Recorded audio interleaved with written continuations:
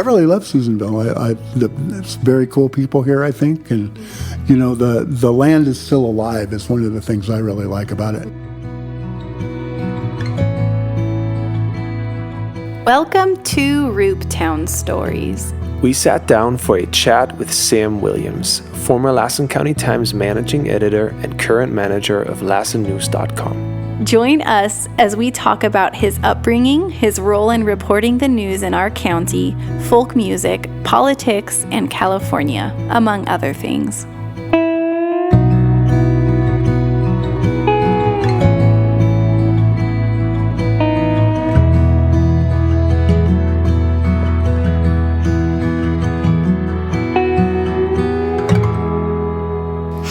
Are you going to start or me? Yeah, okay, here we are. We're back with Rooptown Stories. It's been a while.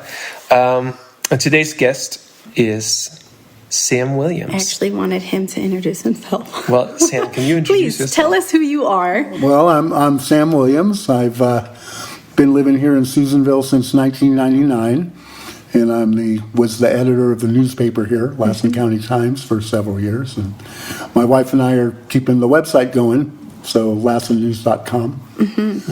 So we should have Lassen News be the business feature in the middle of the episode. Yeah, that's right. Yeah. We always have a business feature in the middle of the episode to feature a local business. So we should put Lassen News in there. Yeah, I guess we'll see. Sam, just to tell us a little bit more about yourself. Like, how old are you? Okay, I'm 73. 73. You want like a little short bio of me? Yeah. Okay. That would be interesting. So I was born in 1950 in San Diego, and I weighed just over 4 pounds. So I was in an incubator till I was 6 months old. Wow. And back in those days, preemies didn't make it, but somehow I did. Wow. So my grandmother was an evangelist. My father was kind of an outlaw. He had a lot of little scrapes with the law. My uncle was a Hall of Fame baseball player. My father died when I was 9 years old, and my mother remarried, and so we moved from San Diego to Fresno. And turns out both my mother and my stepfather both were geniuses. Honest to God, geniuses. So, when my wife tries to tell me that I'm smart, I have to say, no, I've seen really smart people, and I'm not one of them. So my mother grew up during the Depression, lived for a couple of years under a bridge in Texas, so they were kind of homeless. But she knew, she only went to like the 8th grade. But she knew she was into science, so she knew everything about science, plants, animals, geology, could just rattle this stuff off. She actually discovered a fungus outside of a cave that we went to. My stepfather was into cave exploring. And, the trick of that is, like she said, wow, there's a fungus I've never seen before. And that's how she discovered it. So a lot of the stuff with me came from, really came from their interests, You got two really smart people there. They don't really have the kind of interest that everybody else does. So they wanted to get into spelunking. I mentioned that cave. So, part of that process is you do a little bit of rock climbing in there. So then they hooked up with all the world-class Yosemite rock climbers. So, I knew Warren Harding and Roger Derryberry and, Rich Calderwood, all of those famous Yosemite guys. And, just their interest just kind of drug us kids through a bunch of stuff, So we learned rock climbing, we did spelunking, we do trips to the ocean to, study the tide pools. And I don't know if you're not with people that know about that. I don't know that would be what you would do, but that's what happened with us. Wow. Well, the tide pools is something that that we love. Like we like to go down to Monterey, like Big Sur, that area, and just explore the tide pools with the kids. So. Yeah, and I was going to say we homeschool the kids, our kids, and we were reading about a scientist who discovered microbes, Pasteur. Is that how you say it? Pasteur. And the story was talking about how curious he was and how he took his time and he wanted to find out and discover and be curious. So I'm trying to teach the kids, like, that's how you find things out and learn more and gather more interest, is just to be curious about things. And so that sounds like your upbringing, just being curious and finding things out and having adventures. And yeah, I didn't say my stepfather was a chiropractor. Okay. So, so he had all that kind of, anatomy, physiology, all that stuff down. Would you still consider yourself a curious person? Yeah, I think so. But like I said, I don't have the brain power they have. Not even. I mean, like I said, if you've seen those people before, okay, yeah. You couldn't win an argument around the dinner table with them. I mean, even if you were right. Yeah. But do you feel like you're still learning every day? I mean, I know that you're into music. That's kind of what we connected over, or writing, or journalism. Yeah. I'm curious about things and how things work, and there's a lot of the ins and outs in government here in Susanville. They gripe about the good old boys. I don't know. I don't really see that though. Does if you're from one of the old pioneer families here, are you going to have a leg up on getting a job or something? Yeah, but isn't that true anywhere? Yeah, I guess. I mean, so I don't see it as any big conspiracy, that they're trying to do something bad to all of us. Yeah. So this kind of ties into one of my questions. Okay. And it's about your involvement with the Lassen County News. Yeah. You were the editor at the newspaper, Right. you said, and now you run the Lassen News. Is it .com? .org? Yeah, LassenNews.com. .com, yeah. Tell us about just your journey with that, how that came about, and what is it like writing articles about the people of Susanville. Yeah, okay. Well, LassenNews.com is a website. It's not people try to say it's like the online version of the newspaper, but, a newspaper that you hold in your hands and a website, to me, are two completely different animals. So I don't really think of it as the online version of the newspaper. Yeah. It's its own website. But what happened there was Feather Publishing, the parent company, we had 6 newspapers. And when COVID hit, all the advertising evaporated. So the owner of the paper quit publishing the print product. And then we started trying to really build up on the online thing. But then the company got sold to another person, and he wants to work with the magazine we're doing. So he was going to just dump the website, and he offered it to my wife and I. So we took it up. Yeah. And what's the magazine? The magazine is High Country Living. Oh, okay. Yes, I've read that. Yeah. And so that's still the same company, but that's what he wants to focus his efforts on. Oh, okay. You're working with businessmen with them. They want it. Their goal is to make money, make a living, and we're sort of somewhere around breaking even with the website right now. So I've benefited from the articles have you? on the website. Yeah. It's helpful when I see them on the articles. You've been on there. It's helpful when I see the things on social media that you put, because I don't think I would seek out the website by itself until I see the article being posted on social media and being like, oh, I need to go read that. Yeah, well, the audience is growing all the time, and it's getting bigger. That's good. And, looking at our analytics and everything. Yeah. And I don't really, I don't know really anything about social media, so I'm having to learn stuff. Yeah.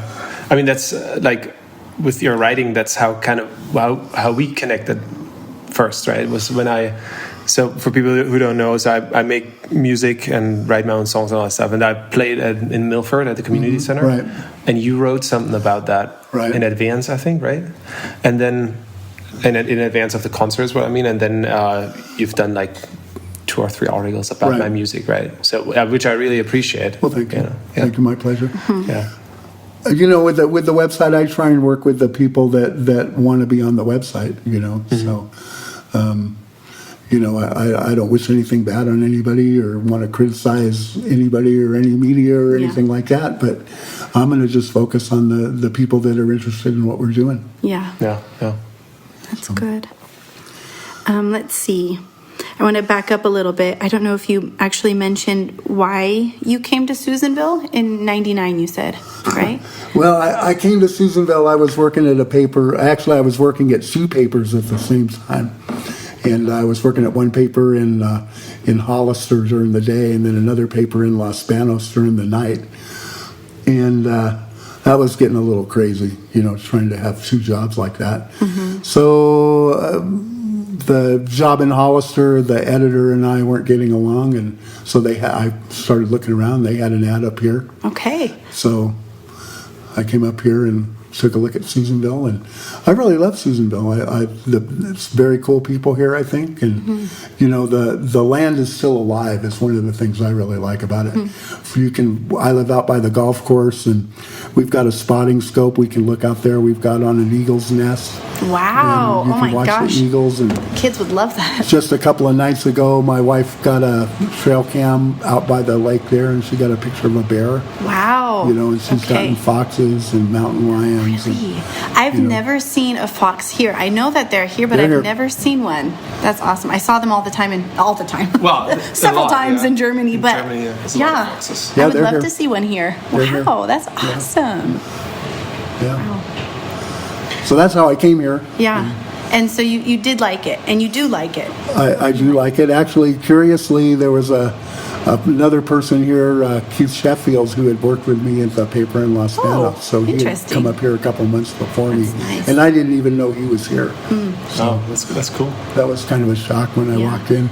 I just met a family. They came to our homeschool group that we have, and they moved here 2 years ago from the San Francisco area. And I just love it when people move here and they like it. Because a lot of times, you have people who kind of have grown up here and they want the greener grass and they complain about it or whatever. But I love it when I hear stories like yours where you come here and you love it. Yeah, and as we were talking, I played music for a while when I was younger, and so I've traveled all over. I've been to big cities, and I don't need the excitement of it. Yeah. Growing up in Fresno, it's all the gangbangers are there, and there's all kinds of crime, and I don't miss that stuff at all. Yeah. So you don't really have that here. Yeah, we lived in Los Angeles when we were young, before we were married. Yeah, that's where we met. Yeah. And I loved it there, but I definitely wouldn't want to raise my kids there. I like the peaceful Susanville life. Small town, yeah. Yeah. Sometimes I say if you want to feel like you live in the 40s, move to live in Susanville, because it still feels like its own little world sometimes. It is kind of its own little world, yeah. So another question. So how did you see Susanville change over the years ever since you moved here? How does it compare to when you first moved here? Well, I don't think Susanville has really changed that much. I mean, it's a really conservative area, as you probably know. A lot of conservative Republicans. Excuse me. I don't think that's bad. I think people get to be how they want to be and feel what they want to feel, and so I'm not put off by that at all. The prison closing was a big thing. That kind of hurt the economy.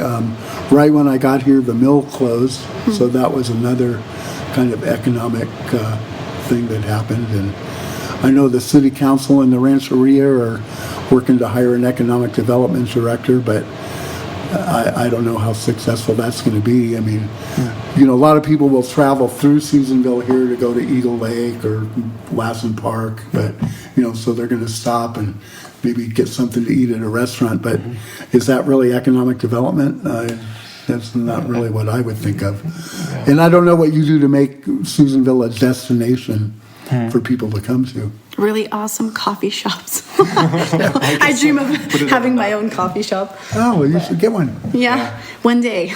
Yeah. What would you do to make it awesome? Well, okay. anyone who works at Starbucks, I'm sorry. Anyone who works at Joe's, I'm sorry. I worked at Starbucks.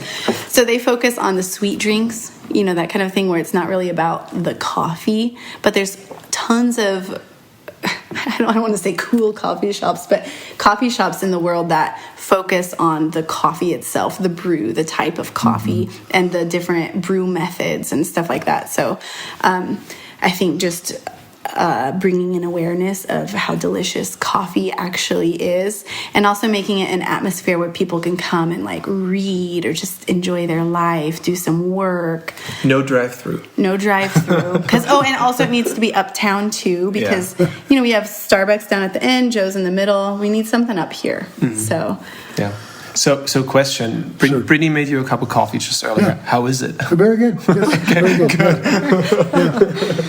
So as you mentioned earlier, you're also a musician. Right. And you've made written your own music. We've been communicating via email quite a lot in the past few months about music and stuff like that. So it's super interesting. And one story that I remembered from one of your first emails was that you had a friend who was friends with Bob Dylan and was in the folk scene in New York in the 60s. And right. Yeah, that was a fellow named Mark Spolstra, and he died in 2002. And he supposedly introduced Joan Baez to Bob Dylan, supposedly. And he and Bob Dylan were friends, and they were both trying to get a record contract with Folkways. And Folkways hired Mark and turned down Bob Dylan. And so that kind of fractured their friendship there. Yeah. But Mark came to Fresno. He was a conscientious objector, and he came to Fresno in the early 60s. And I met him through my parents. Okay. So they had a folk music coffee house. So, in Fresno. In Fresno, That's cool. Would you play there, or did you? No. I was a little kid. Oh, you were okay. I was a kid. Yeah, that was in 1960. Oh, okay. So you were 10. Did you say you were born in 1950, right? Yeah.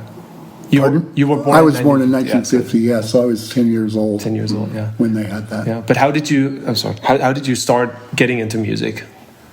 And your first bands, or how did that go? Well, yeah, I always thought that the folk music that my parents were into was kind of old fuddy-duddy stuff, And the thing about the folkies, the real folkies, is that they really are folkies, And so they didn't, they would be doing, all those old songs like The Fox and everything, the really moldy oldies.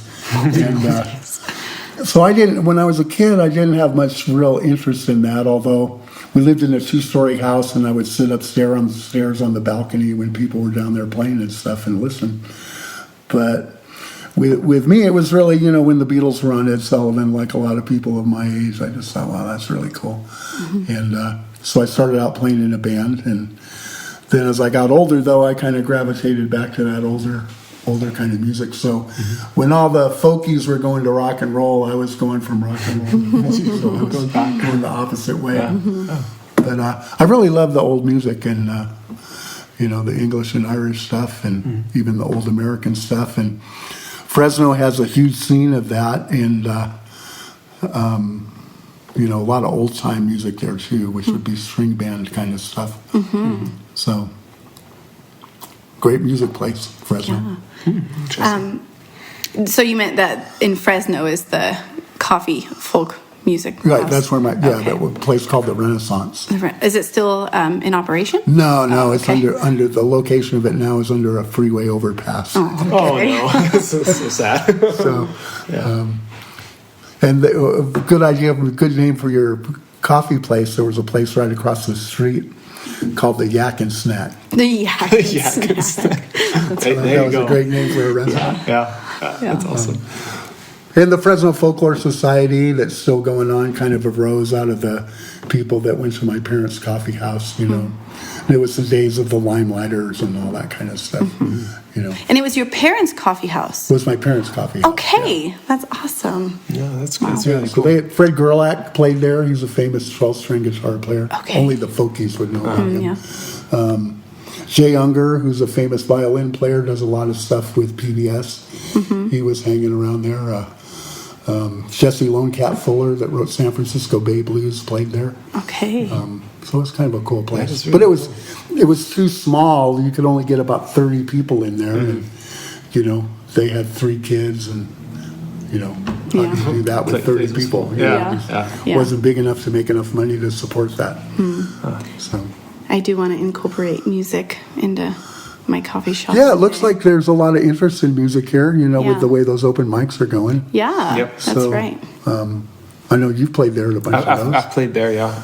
And it looks like they're drawing a crowd. Yeah, I think so. It's become a thing here at the Pioneer, Yeah, at the Side yeah. Iron. It's definitely cool to see that, and hopefully it'll grow. And are you interested in playing there? Yeah, I could go down there and play. I just, they're running it, though, opposite of the city council meetings. Oh. So, Yeah. I don't know, maybe I could, if they have a short city council meeting, maybe I could. Yeah. Swing by. But playing live isn't really way up on my list of things to do. Yeah. What instruments do you play? I play guitar. I prefer 12 string, but I play 6 string too. And I got a bunch of guitars all tuned in different ways and different pitches and different open tunings and I have some electric guitars too from the old days. Okay. I like Rickenbacker guitars. Luckily, I have them. You can't afford them now, but I got them when they were cheap, Nice. Yeah. comparatively. Yeah. So, and I write songs. Okay. I've probably written, 200-300, I guess. You gave Something him like that. 2 CDs, I think. Yeah. And I enjoyed that music. Yeah, thanks. Yeah. We listened to it in the truck. It was last year, I think, or earlier this year that you gave me the CDs. Yeah. Yeah, I thought one of your comments that first song sounded really American was pretty funny. So me being German, I feel like, kind of from an outsider perspective, like American folk music or folk music that comes from America, I would say, it's just like that's like the American sound for me, or like country or something like that. Right. So and your music is leaning in that direction. That's why I said it sounds very American to me, which is probably not a thing that an American would say about their own music necessarily. Right, But right. yeah, so I've got 2 questions. If anybody Okay. wants to get a hold of your music, maybe check it out. Do you like that? Do you want that? How should they contact they you? should probably send me an email to swilliams@lassennews.com. Okay. Because I'm not on any Spotify or anything like that. Okay. And what was my other question? I don't know. Oh, it was about folk music. Okay. What is there? What would you recommend to somebody who wants to start getting into listening to folk music? What bands would you recommend? Oh, gee. Or artists? Well, it depends on if you're really interested in the really old stuff, or nowadays the kids tell me that if it's acoustic, it's folk, and that wouldn't be my definition, Yeah. but I guess that's the current definition. There's a lot of the old anthologies from the 50s, but those are really kind of hard to listen to because they're so countrified. They're really hillbilly people. And heavy accents, and a lot of people find that kind of offensive. I don't find it offensive, but it's just not me. Yeah. And then a lot of the the 60s folky people, Judy Collins, Joan Baez, all of those kind of people kind of redid that stuff in a more modern kind of way. That's easier to listen to than the old hillbillies. So I don't know. Does that help? Oh, yeah, that helps. I was going to say, I recently found a band. It's for kids, but it is folk music. It's called the Okie Dokie Brothers. And they do a lot of the older songs, and it's fun. It's a very, how would you describe it? Twangy. I guess. Slap your thigh. The kids like it, and it's cool if Yeah. we can expose them to that kind of music. So, yeah. Actually, though, I think the folky stuff really, to me, kind of comes from the Irish and English is really the source of it all, and those open first position guitar chords. And I argue with people all the time that the Beatles to me seem kind of country because they're using a lot of those chord voicings and so the whole British invasion thing. I think they kind of took the music that we had forgotten about and kind of did their own thing to it and then gave it back to us. Wow. Yeah. Which was kind of cool. It's Yeah, it interesting. is. I feel like, okay, what I would describe as American music, folk or country or even like blues or things like that. That's super interesting to me. Just like the nation of America is made up out of all these other nations of people that migrated here. So is the music, obviously. Right, You have like black influence, you have the Irish, all these things, and that kind of created the American sound, I would say. I find that fascinating that every culture brings something to the table, and then it's being changed and combined, and new styles emerge out of that, and it's fascinating. And the time that you grew up in, like say like the 60s, 70s, 80s, I mean that was still very much underway, that whole development of this sort of music, right? Right, yeah, and like you mentioned blues, but you've got blues is played in Texas, and blues is played in Memphis, and blues in Chicago, and they're all different. They're all blues, and they're all kind of from the same root, but so there's all that variety. I really like the Texas songwriters a lot, but. Yeah, and I think you grew up in Germany. I think most of the people in Germany are Germans, right? Yeah, that's true. Where it's not like that here. There's all diversity here. Yeah, it's different in Germany. And you've listened to some German music? I have listened to some German music. Cindy? Yeah, she really likes it actually. Yeah. Tell them about the truck stop. What does that mean? Oh yeah, I should have sent you a link because I sent you a few links and suggestions of German music a while ago. There's a German band called Truck Stop, which is a country band. Like they play like their version. They sound like American country, but it's their German version of it, obviously, with German lyrics. I think they also have English songs, songs in English, but. I think it's funny because they still sing in a certain style that's typical of like German music. Yeah. So even though it has like the makings of American country music, it's not quite there. I think it's more like we took all the ingredients, and mixed it together, but we've still got our German flair. But the ingredients, how us Germans perceive Americanism, whatever. So, so I'll send you a link for that. Okay, I'd like to hear that. Yeah, it's quite funny.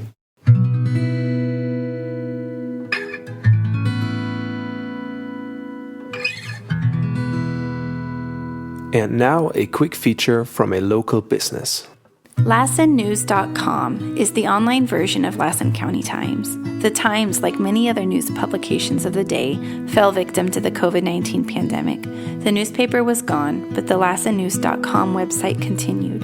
Earlier this year, when the parent company, Feather Publishing in Quincy, decided to stop publishing on the website, former Lassen County Times managing editor Sam Swilliams and his wife Cindy took over the operation. Go ahead and visit LassenNews.com to stay updated on local news and events. Now back to our episode with Sam. So, this is not about music anymore. Well, it could be if that person is musically inclined. Who is somebody in your life, whether you know them personally or not, that has inspired you? Well, Mark Spolstra that we mentioned earlier, certainly. He was the first person I ever met that was actually a real songwriter. And, that was kind of like, wow, I can write my own songs? I can do that? Yeah. And another person would be a guy no one would know of either, but a person named John Adams, who was one of the stars at my parents' coffee house, fabulous guitar player. And I learned a lot from him just watching him play. Yeah. I took one guitar lesson, and the guitar instructor didn't want to give me any more because I didn't want to do what he wanted me to do. I wanted to do what I wanted to do. Yeah. And that old rock song Church Key. I don't know if you guys know that one or not, but so I wanted to play it more in a punk rock kind of style, and he was like, "Oh no, it doesn't go like that." And I go, "I can do it how you want me to do it, but this is how I want to do it." That's creativity. Pardon? That's creativity, right? Yeah, there. I mean, you get to do. I mean, A lot of songs, I think, how they come out is really how you approach them, you know? Yeah. Because you can take any song and make it, if you want to make it country, you just do it in that kind of style, or if you want to make it rock and roll, you know? And with country and rock and roll, you know, you got to remember the Everly Brothers were really a country act when they started, you know, and you know, Jerry Lee Lewis and all those guys, they were really country guys, but all of that music, all kind of like you said, blends together here in America, you know. So, and you know, outside of making music, writing, whatever, what do you enjoy doing, like spending your time? Well, I really like writing. You know, when I was in the 9th grade, they have junior highs in Fresno. And so when I graduated from the 9th grade, they did a little yearbook, and one of the questions they asked us was, what do you want to be when you grow up? And I said, I want to be a novelist, because I hadn't started playing guitar yet. And being a journalist is not being a novelist, but it's certainly related to that. Yeah. You know, it's really, I enjoy trying to, you know, put words down on paper and, you know, make some kind of coherent sense out of something. Yeah. So. Have you tried writing a novel? No. Okay. No, I took fiction classes in college, but I quickly found it was too easy to just resolve the conflict by killing somebody. Yeah. So my novels would not be, you know, after you read one of them, the rest of them would be very short. Horror novel. It's funny. Yeah. I could probably write a horror novel. Yeah, I could probably do that. That's funny. That reminds me of, I've asked you about the story before. I think you mentioned it in Milford at the open mic thing there. The story of when you were in Yosemite and you saw these lights in the forest. Do you remember what I mean? Or like, what was that? Yeah. Do you want to share that? I find that fascinating and eerie. Yeah, I spent one summer, I was going to write a book about walking around the top of the Yosemite Valley. Because once you get up there, you can just go to everything pretty much. And so in doing that, I found out that one part of the valley they said was haunted. And so I wrote a couple of poems about that. And one summer when I was working on that, almost every weekend I was taking people up the cables on Half Dome. Because once I did that and had pictures of it, everybody's going, oh, take me, take me. So it really seemed like every weekend I was up there. I got in great shape. I could do that hike and didn't even break into a sweat. Nice. It was great. But one time coming back, I came through the Illilouette Valley, which is down from Glacier Point. And for some reason, my flashlight went dead. It had taken us longer to get there than we thought. We were walking back to our car. And I started hearing this like whispering in the brush.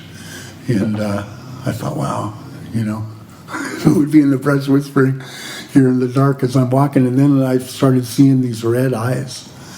And turns out, I was talking to some Maidu people here. I don't remember the Maidu name for that creature, but it's kind of it's a creature that loves to harass white people and scare white people. So the fact that they were scaring me, they probably got a big kick out of that. Oh my God. So that would be the start of a novel, right there. It could be. Yeah. Wow. And my friend that I'd done that hike with, he was from Finland. And he wouldn't even talk about it, so I don't know what happened to him. Because I got there, I said, wow, did you see that? And he's like, I don't even know. That's so funny. I don't know what his experience was. But. So as you mentioned, you've been up in Yosemite a lot. Yeah, it's been a lot of It's time beautiful. in When Yosemite. was the last time you went there? Last time I went there, Cindy went up Half Dome, was probably, I don't know, 10 or 15 years ago. So it's been a while. Yeah. I think it's one of the most beautiful places on the planet myself. I think California is the most beautiful place on the planet. Yeah, you think so? I mean, I haven't been all around the planet. But It's definitely very beautiful, and it's so diverse. That's what we like about California. You have the ocean, you have the Southern California is much different, obviously, than the Northern California. You redwoods, have the redwoods. sequoias, the desert, the Snowy the peaks. warm beach, the cold beach, the medium beach. Yeah, And the high Sierra Desert. that's true. Yeah. Yeah, we're right on the edge of that. Yeah. Yeah. And so, I mean, even how Susanville is located is so beautiful with the mountains around it, and they have the desert and all that stuff. And now with fall, I mean, it's kind of coming to a close, but it's just so beautiful and vibrant with the colors and all that, and the trees. So do you like fall? Yeah, I like fall. Yeah, it's a great time of year. What's your favorite time of year in our area? I probably like summer best. Yeah. Get Summer's hot and fun. sweaty. Yeah. Lay out and bake. Do you like winter? I like winter okay. Yeah, I mean, yeah. I like all the seasons really. But yeah, winter's coming. It is. So get your car ready for the winter. Yeah. Yeah, that's true. But down in Fresno, I assume the seasons are not as pronounced as No, up here. Fresno, no, you don't really have a winter like up here. Yeah. I mean, it might get below freezing a few days a year, but it doesn't. Nothing like this. Down there, you got the fog. Oh yeah. Is the big bummer. Yeah. I mean, I've seen fog down there where you can't even see the front of your car. Oh my gosh. That's crazy. Wow. But one other thing that I wanted to ask: do you have a favorite spot in Susanville? Like his favorite place to go to? Location? Walmart. Just kidding. Yeah. There's no Walmart. Yeah, I'm always waiting to see those people in the Walmart videos. You know, I never see them down there. I'm looking though. No, I was joking. No, actually, I really like where I live out by the golf course. I live on the golf course right by Emerson Lake. Okay. And it's just gorgeous out there. Yeah. You know. And Were you affected by the fires? Did you have to be evacuated? yeah, we were evacuated for I think 5 days Okay. when the fire came through. Although I wasn't really that worried about our house because there's the golf course there. There's a big green space between us and Diamond Mountain. But they evacuated us anyway. In fact, I just found out my fire insurance got canceled. So now I'm in that little struggle to. Oh no. I don't want to pay $8,000 a year. Yeah. So I think I'm paying $1,500 now. So Well, that would be quite. my daughter just moved here from Florida, and they got hit with the $8,000. But her and her husband said, "Well, we were paying $8,000 a year for hurricane insurance in Florida." So It makes no difference. How do they like it here? they just moved here. They like it. My daughter says everybody here is really friendly. It's interesting the different friendly levels around the U.S. I don't know, because in my mind, all Americans are friendly compared to people in other countries. Really? Yes, especially Germany. So the Germans aren't friendly? Not very. Well, not like. Okay, Germans are more reserved. They don't show their friendliness. I think German people are just as friendly, but Well, not, yes, not you as can find kind outwardly. people, Like that are inwardly kind. it's harder kind of to connect. I would say, and people are more to themselves and a little bit more skeptical of strangers. I would say, whereas in the U.S., from my experience, being from a different country, it's like I've always felt welcome. Always felt like Americans are open and friendly and welcoming, and it's easy to make connections. And that would have taken a little longer in Germany. Yes. Yeah, and I have a friend who moved to South Dakota from here, and she says the people there are so extremely friendly and open. It makes everybody here look like a bunch of grumps, which I can't believe because I feel like everybody's so friendly here. Yeah, I think so too. So But then your daughter says that people are more friendly than in Florida, or Yeah, she thinks they're more friendly here than in Florida, yeah. And she came from a town in Florida that in the last 10 years was a little town when they moved there, and in the last 10 years it's grown by 250,000 people. Oh my gosh. So the little town she moved into isn't a little town anymore. Wow. Yeah. So It brings a lot of new people in, a lot of change and all that stuff. So that place that you lived in is 10 years later, it's not the place anymore. yeah. So they were surrounded by country when they bought their house, and now it's all city. Yeah. So she sent me during the hurricanes last year, she sent me a picture, honest to God, of a shark in the water on the street. Oh my gosh, that's These crazy. two sharks going down the street. It's like, holy. That is crazy. I just know that there's a bunch of alligators and stuff. Yeah. Yeah. Like sharks going down the street. It's funny. Wow. Sharks, yeah, I swear to God. You won't see that here. You won't see No, you wouldn't see a shark here. bears or something like that. But yeah. Yeah, you don't want to have a fight with a bear because they'll win. Yeah. They friend of mine said that he saw a video like just recently of a bear walking up Pine Street up here in the night, going through the trash and stuff, but it hasn't come down to our trash yet. So, Yeah, they like trash. Yeah. So talking back about Susanville, what is something that you would like to see change Or better. Is there better? than Is there Susanville. something that you feel like, oh, this could be better, or this could be improved, or? Well, certainly economically, I think, Susanville's facing some challenges. So I would like to see that improve. Like I said, though, earlier, I don't know what you would do to make Susanville a destination. Less than the drive-through town that it is. Yeah, I mean, it's kind of a drive-through town now. Yeah. I think they did an economic survey, and one of the reports they got said it would be a good town to own a gas station. Oh yeah, we heard that. Isn't there another gas station being built? Because people spend all their money at gas stations. Which the only thing we buy from a gas station is gas, but I guess it's the travelers. Yeah, I heard yesterday that there was a gas station that wanted to come in, like by the empty lot by Tractor Supply down there, but I don't think the city wanted that. Or something. Oh, good. But I mean, Susanville has so many gas stations. There's plenty of places to go. Yeah, but the interesting thing about Susanville is that's kind of what we touched on in the first episode with Susan Kuso from the museum, that from going back to the origins of the town, it was like a trading post or whatever, or for people that came through Honey Lake Valley and wanted to go up into the mountains to kind of restock. So that's kind of how it started. I was out as like a quote unquote drive-through town, I guess. But I mean, it would be nice to have it be more of a destination, like for whatever thing. I don't know what you could do. Yeah, I don't know what you would do. Some people have talked about making Main Street 2 lanes.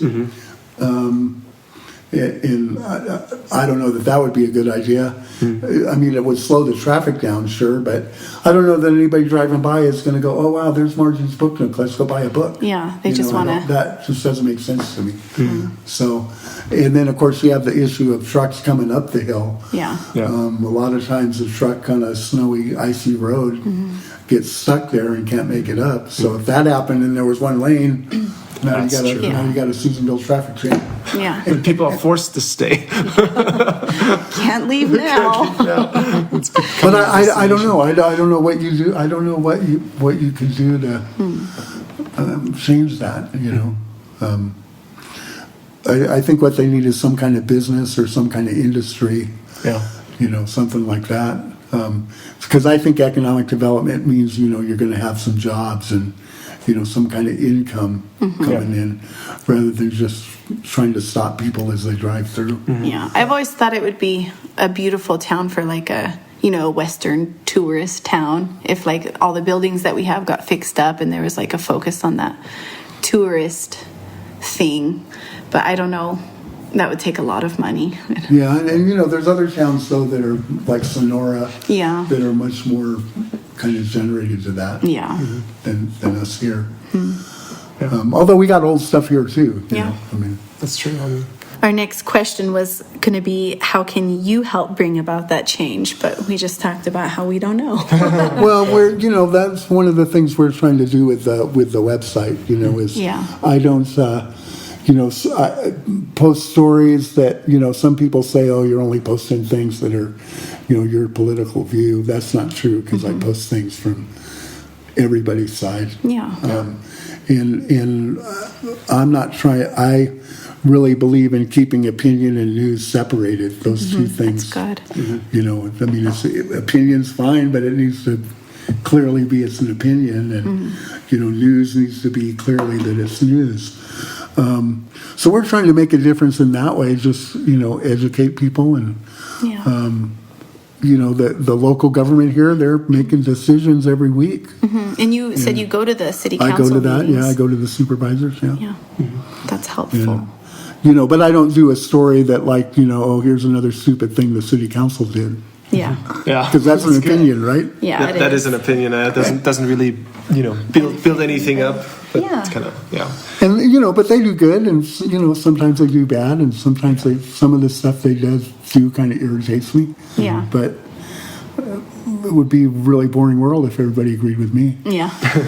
And one of the things my daughter said was that people in town say I have really controversial opinions. And I don't know about that. I don't think I'm that controversial. No, I don't think so. Well, it probably depends on the depends people on who say that about you, you know? Well, yeah. Yeah. But I don't try to, I'm not trying to stick a stick in everybody's eye or do anything like that. I don't see that as being beneficial to anybody. And, my mom always told me never talk about religion or politics, but those are probably my two favorite things to talk about. So, like I said, my grandmother was an evangelist. My stepfather was a real hardcore New York Republican. He grew up in New York. My mother was a Texas Southern Baptist. And my stepfather followed a Indian Sikh kind of religion. So, I've been exposed to all kinds of different stuff. And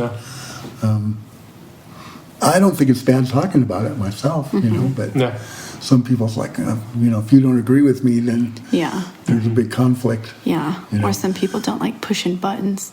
I don't like pushing buttons that much. Yeah, we've lost some friends, who are like super Trumpsters, and we're not. So, and it seems like a silly reason to lose a friend. But yeah, I think humanity has become way too sensitive to, or way too easily offended in a sense, like with especially with politics, and I think it should be possible also in a small town like Susanville. I think that's what Quincy said. Like it's small enough to be able to talk to each other and have communication. And if you disagree with me, then it should be okay. I might not understand you, but I should, leave it at that and not, try to turn it into such a big issue or such a big fight, or I need to assert my opinion on you or whatever. So.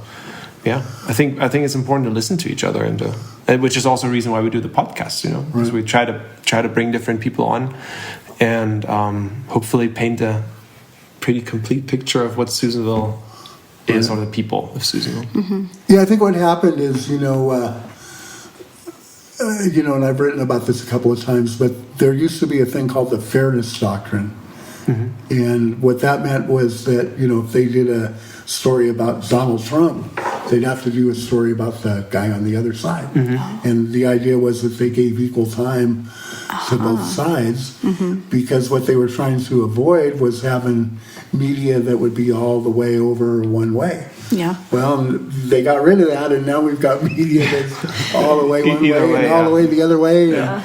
Daniel I don't read the news because I can't handle it, so he's my news source, but he'll read a very Republican news source, and then a very more liberal, just to see, and then somewhere in the middle is because opinion and things like that, what the truth is, and behind everything, both sides, there's an agenda, right? And they're leaning into a certain direction, and then if you only consume that one side, then obviously that's how you start thinking or whatever, or you feed what do you your own opinions with it. But so I try to kind of read both sides. I mean, I don't read the news a lot, but so when I read articles that you wrote, and that's what I like about it, is that there's no opinion in it. It's just reporting of events. I try to stay out of it. Things like altogether. that. Yeah. So that's really nice. It's kind of refreshing because media is. We had a friend at our house last night who's from Nevada, and she was ragging on the economy in California, and how terrible California is and blah, blah, blah. And so I said, well, wait a minute now, we've got if we were a separate country, we would have the 5th largest economy in the world. Yes, we're bigger. I like to tell people that because we're bigger than Germany. Bigger than Germany. Yes, which is hard to believe. And then this woman goes, well, yeah, I know, but I still think that, and it's like, wait a minute, California is the 5th largest economy, or it isn't.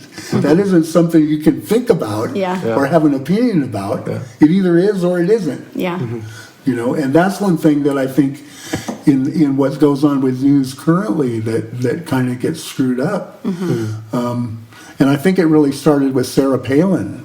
where during one of the debates, she said, well, I may not know all the answers, but, I've got my opinions. Oh, interesting. Okay. And that became acceptable then, and then we had the whole alternative facts thing that came out. Yeah. What is an alternative fact? I don't even know what that is. I mean, what is it? It's just very hard nowadays to really know what's truth, in like media and things that are happening in the world, or how they're being reported or something like that. In some journalism circles, they refer to this as the post-truth era. Yeah. Oh, gosh. Yeah. Okay. Yeah. Whatever that means. Yeah. Yeah, because you could have the same exact situation that one paper writes about from a completely different angle, and then you have the other paper, which is like it's the same story, two totally different articles or stories. Yeah. So it's hard to figure that out. I guess a lot of times, So yeah. And I don't know that that's wrong. You could be super liberal, super conservative. I don't have any issue with that. Yeah. As long as it's possible to communicate and not end friendships because of a political view. Yeah, that really seems silly to me to have that happen. Somebody you've been friends with for years, and because you're not a super Trumpster, they don't want to have anything to do with you. Yeah. And like you're the enemy. You people. It's all because of you people. Yeah. Like what? Yeah. I thought we've been friends for years. Yeah, exactly. I think in that way, Susanville is interesting because, as you said, it is more conservative. It is very conservative. In a very liberal state, of California. So right. So or Lassen County, its own little thing. So I guess that keeps it in the balance a little bit. Maybe then that might not be a bad thing. Yeah, I never, some of the folks here talk about, the tyranny of the Democrats in Sacramento. And I never really believed in that until they closed CCC. And when the city was in court, the state just changed the law to get rid of their lawsuit. And, I'm going to be mad about that forever. Yeah. That's wrong. Because it's like, what? You can just change the law? Yeah, in order to fit your agenda, I guess. So, that's... And, we had the whole, the thing, I don't know, you guys might not have been here, the state of Jefferson, when they were trying to make a new state here. And, what do you think about that? I don't think it would ever happen. It's got to get approved by the state and by Congress. And, it happened in, West Virginia and everything, but I don't think it'll happen here. I hope it doesn't, because I like Susanville being part of California. I love California as it is, like the shape, the size. I was born in California, I'm native born. I guess it's more expensive than other states, maybe. And, but I like California. Yeah. I'm not moving. Good. I don't like it when people move from California. I mean, everybody has their reasons and stuff, but I want everybody to stay put. The one that gets me is when it's the state workers. Oh, yeah. Like the prison guards here who bitch and moan about how bad California is, but they love getting the big retirement that they get from the state. Yeah. And then they move out of state. And, it's okay. But, and the people that gripe about that, I think if you have an issue with what kind of retirement they get, that's really with the people that made the deal. That's the state legislature that said, this is what we're going to give you. It's not the COs themselves. They didn't do anything wrong. Yeah.